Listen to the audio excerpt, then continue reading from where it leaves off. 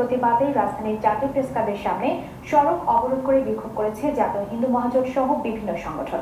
এই সময় তারা হিন্দু কমিশন গঠন, আলাদা মন্ত্রণালয় প্রতিষ্ঠা ও জাতীয় সংসদে হিন্দুদের জন্য সংরক্ষিত আসন পদ্ধতি চালু দাবি জানান। নির্যাতনের বিচার না হলে রাজধানী অচল করার হুমকি দেন তারা।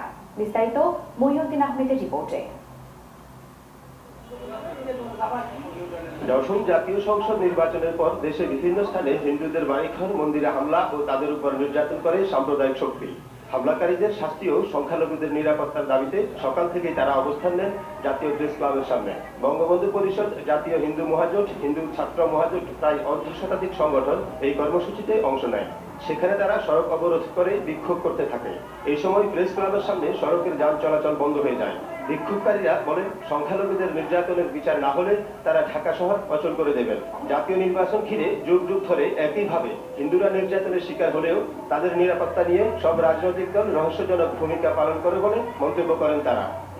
সংখ্যালঘু বিষয়ক মন্ত্রণালয় আমরা দাবি করছি এই কারণে যে বর্তমান সরকার হিন্দুদের উপর যে নির্যাতন নিপীড়ন হচ্ছে এর কোনো প্রতিকার করে নাই।